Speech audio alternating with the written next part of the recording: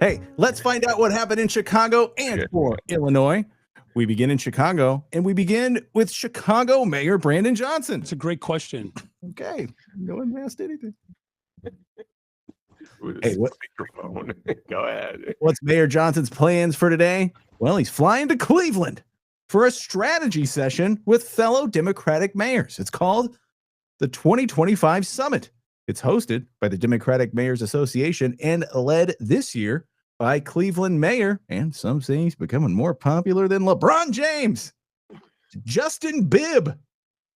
Community over chaos is the theme of the mayor's event. And yes, they're talking about Donald Trump. Mayor Johnson will also co-host a separate roundtable at the event with Black mayors to address their own unique issues in governing a city.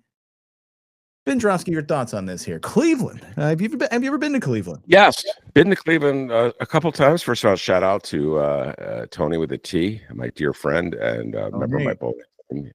You remember Tony D? Great guy, great bowler. Yeah, great bowler and just a great guy. One of my dearest friends, and he is from Cleveland.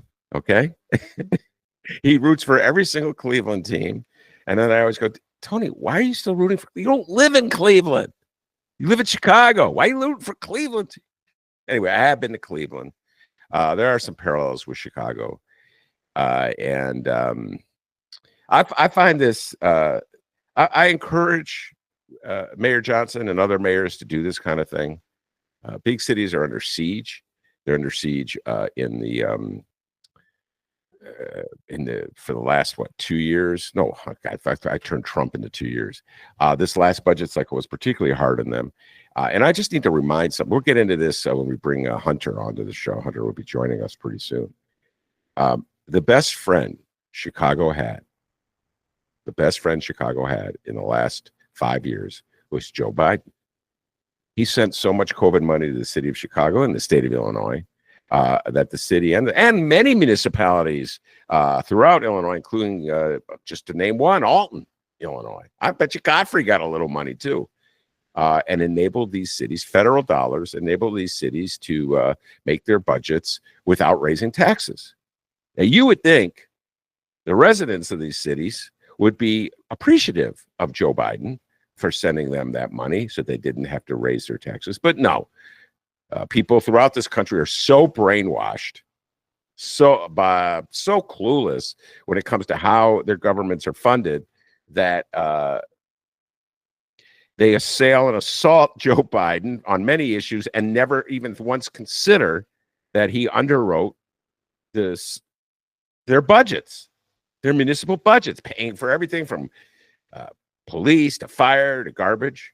And so now, of course, Biden's out of office. Donald Trump's in office. He's cutting federal funding left and right unless you fall to your knees and pray to him, bow to him. So I don't know how any of these municipalities are going to pay their basic bills, D, without raising taxes or cutting services or a combination of both. So they got to get together and figure they're all in the same boat. They should try to figure out a common strategy. Now, in the old days, Mayor Daley thought he was slick, and Mayor Rahm to a degree. They would poach. I'm not making this up. This is what they call economic development. They would poach a company from, let's say, Milwaukee to come to Chicago. They would give them a subsidy to move, and then they would proclaim this is economic development. And then, of course, the Tribune, the Sun-Times, and Cranes would cheerlead. And I would like, well, what about Milwaukee? I mean, what are we supposed to not care about Milwaukee? I don't see how that's good economic development if you're just merely paying some company to desert Milwaukee to come to Chicago. And yet, that was one question too much for the Tribune, the Sun-Times, and Cranes. So it was a hunger's game, every city against each other. So I hope, D, that this is a sign that the Clevelands of the world and the Chicagos of the world, and I don't know who else is coming to Cleveland for this meeting, but every other city in the country, every major city, every mayor is thinking in terms of their collective collective solutions to the problems they're all facing. So I'm looking at this as a positive possibility, D. All right. If you had to pick Milwaukee or Cleveland, where are you going for the weekend? I'd probably go to Cleveland. I've never been to the Rock and Roll Hall of Fame. I went to Cleveland for a wedding, and we didn't have enough time to go to the Rock and Roll Hall of Fame. So I have always wanted to visit the Rock and Roll Hall of Fame. So I'd probably go to Cleveland for that reason. You heard it here first on the Ben Joravsky Show. He hates Milwaukee, people.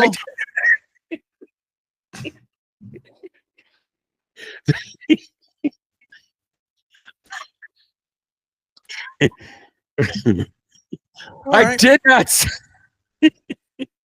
Oh, sorry, run out of time, Ben. Facts matter, buddy. Facts matter. All right.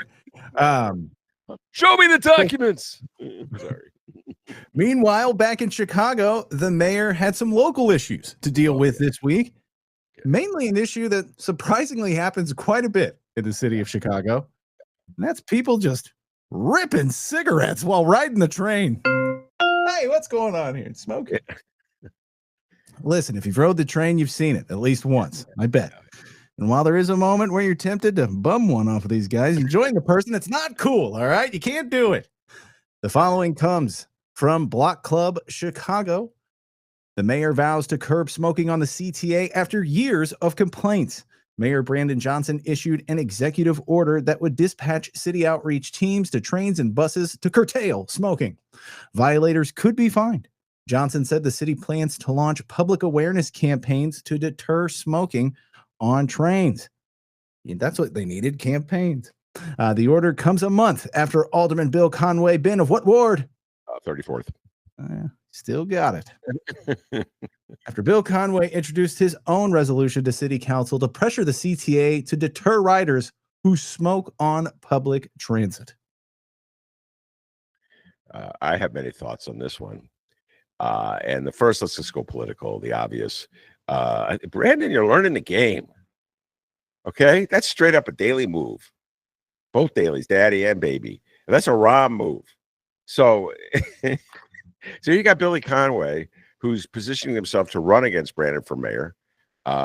He's comes from a very wealthy family, so he could probably finance his own campaign. But I'm sure all the corporate,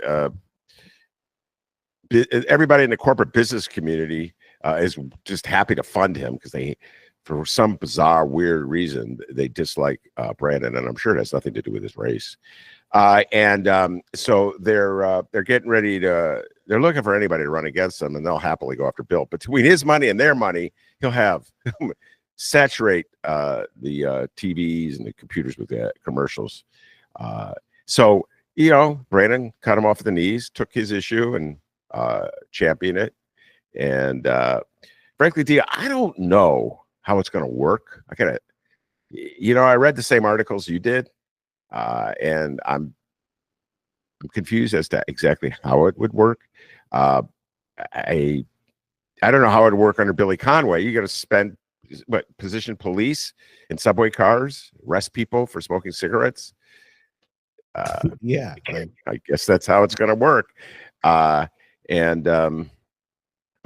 Brandon's this one has got social workers involved. I'm like, what are the social workers going to do?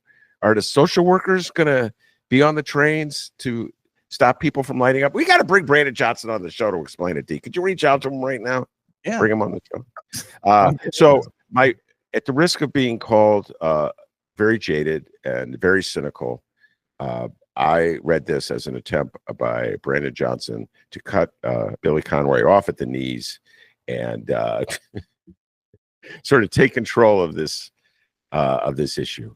And I'm not sure what either one would actually do, either Conway's plan or Brandon Johnson's plan to stop people from lighting up with cigarettes. I can't listen, man. I hate cigarettes, so I hate it when they do it.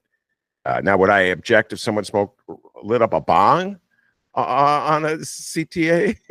Dude, how about that, huh? A bong? No. I don't want the bong either.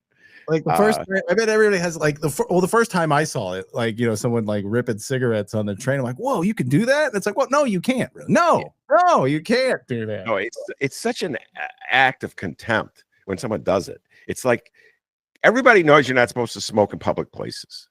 You get what I'm saying? No, everybody knows that. So they're like, I know, I'm not going to break the law. Well, this is like a law that's not really like, it's not like a law that's protecting rich people or something. So there's not even like a Robin Hood effect in it. You're just being an asshole. That's what you are. You're a public asshole. You like your little need to smoke your little cigarette for whatever reason is bigger and more important than, I don't know, everybody else's need and desire not to ingest your smoke. You're an asshole. That's what you are. Maybe that's what they should do. Like give them a little sign that they have to put on their head. I'm an asshole. Oh, that'll go over well. Yeah. Ben is mayor. There's a Ben idea. Yeah, that's the thing where it's like, I don't think more signs are going to stop that, like, oh, we got to get more signs to tell them don't do it. No, I mean, literally put them on, make them wear a sign. That's what the proposal was. Oh, yeah, I know your proposal.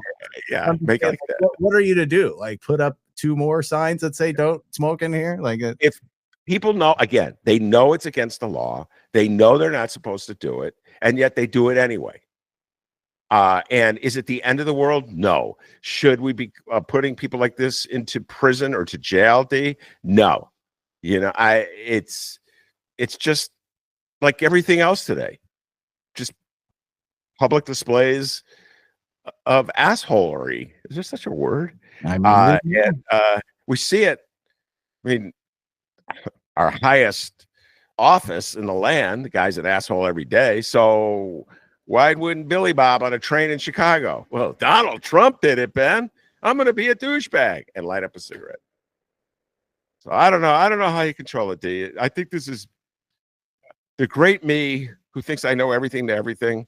This one's baffled me. Unless you're going to put police in every single car, D. Just think about this. To arrest. Send a message. You think that'll work? Yeah, I don't know. I think the solution is deal with it. I think that's about all you could do, really, right? Yeah. Just life can't be perfect every hour of the day. Yeah, and then then there's oh my God, just I don't even want to go down this path. But if there's someone who just had enough of it, and then goes up to the guy who lit up the cigarette, and then that leads to a fight, and then I could see that coming down the road. You know what I'm saying, D? Like I had enough of your cigarette smoking. Yeah. Then a fight breaks out. But I don't know. It's like of all the rules to break to show your defiance of the rules, this is the one that like all you're doing is picking on people who are as helpless as you are. They're on a train. They're on the train in the first place, D. It's like reverse Robin Hood. You're not standing up to the man. You're not like pushing some position that would advance society. You're just being an asshole. So anyway, my thoughts on the subject, D. Let me tell you what, I got a little spare time this weekend. I'll jump on the orange line and rip one and see what happens. A little Ben Joravsky social experiment there.